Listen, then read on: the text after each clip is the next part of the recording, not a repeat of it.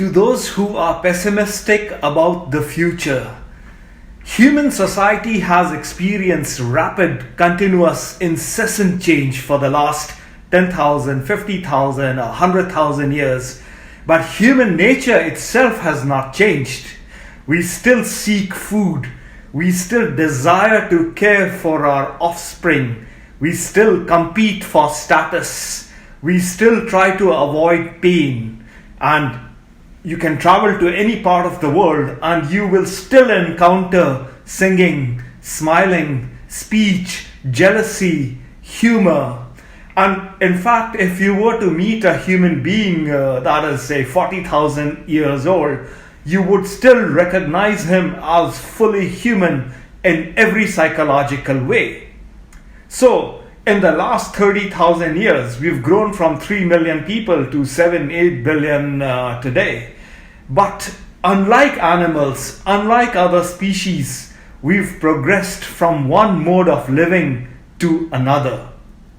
No other species has gone through an agricultural, an urban, a commercial, an industrial, an information transformation.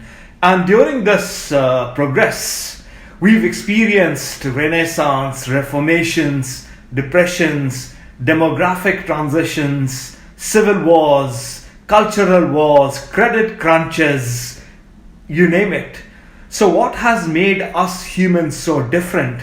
It's not that we have bigger brains than other animals. The late Neanderthals, and if you go to the Museum of Natural History, had bigger brains than us. What is different about us is about the way we human beings have organized, the way human culture has changed.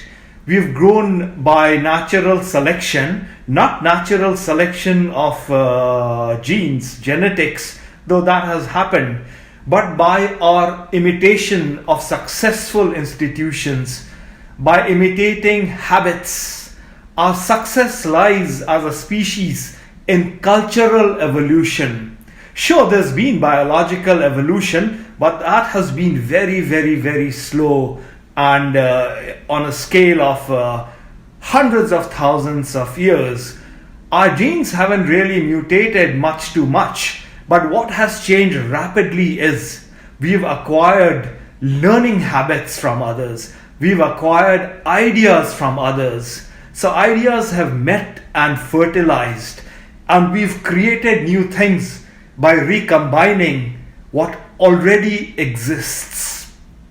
So exchange has been to cultural evolution as sex has been to biological evolution.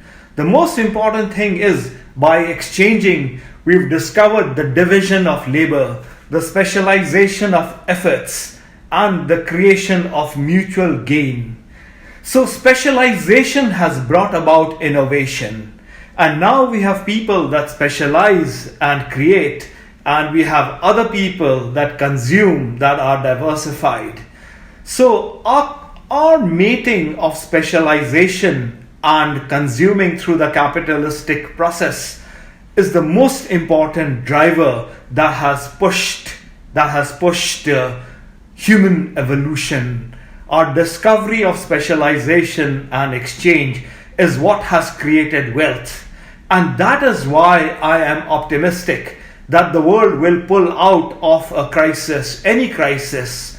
And because it's the way that markets for goods and services and ideas now allow us human beings to exchange, to specialize for the betterment of all.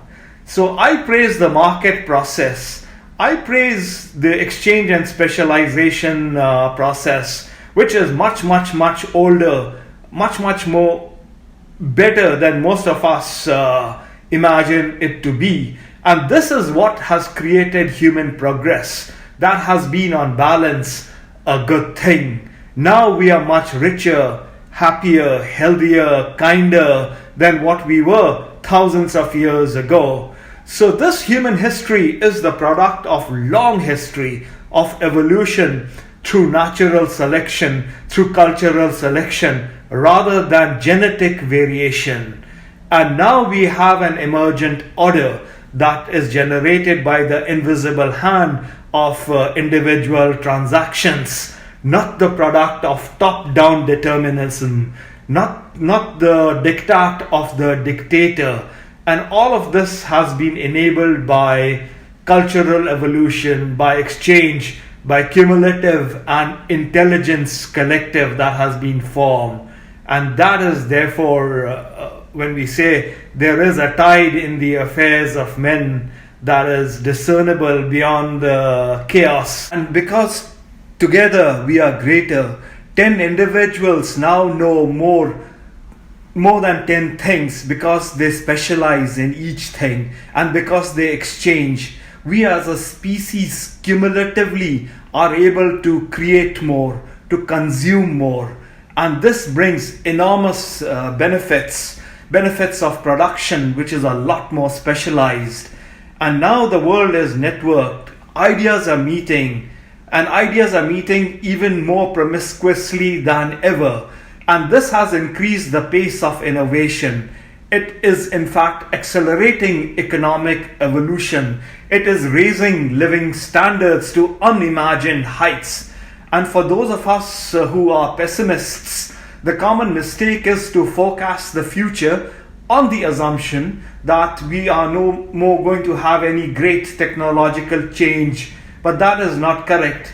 For every generation has underestimated the potential for finding new recipes, for finding new ideas. And now we have spontaneous order, that is an order that is created by exchange, by specialization, by this collective intelligence. And that's why innovation itself is becoming so much more bottoms up rather than top down. The world of today is no longer going to be driven by large institutions, by large corporations, by large political parties, by large government bureaucracies. These will crumble and fragment with time, as central planning did in the last century. And they will be replaced by entrepreneurial startups. Workplaces will be replaced by aggregations of people like the gig economy that will form and reform continuously, bottoms up. The world will become a great team of people that are coalescing to meet a certain end. Doctors will need to get used to much better, much informed patients who have researched their illnesses. Journalists will need to cater to news on demand.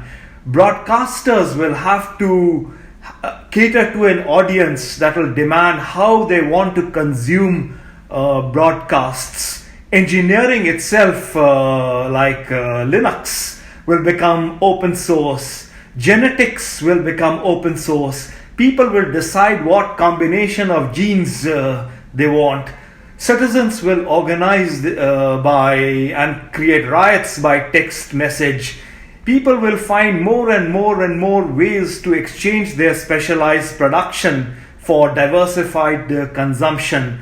We will have a workplace of free agents bartering their ideas, and people will share their photographs more and more on Flickr, their thoughts on Twitter. They will network more and more on LinkedIn. They will share their friends and with their friends on Facebook, and their knowledge on Wikipedia, their software on Linux.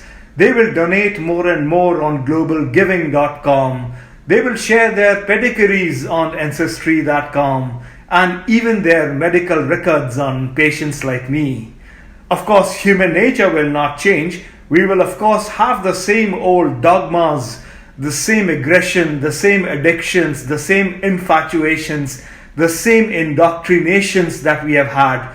All of this will play out, but meanwhile the human race will continue to expand, will continue to enrich its culture despite setbacks, and this will be driven up by evolution, by bottoms-up phenomena in a wonderful networked world. Thank you so much for listening in.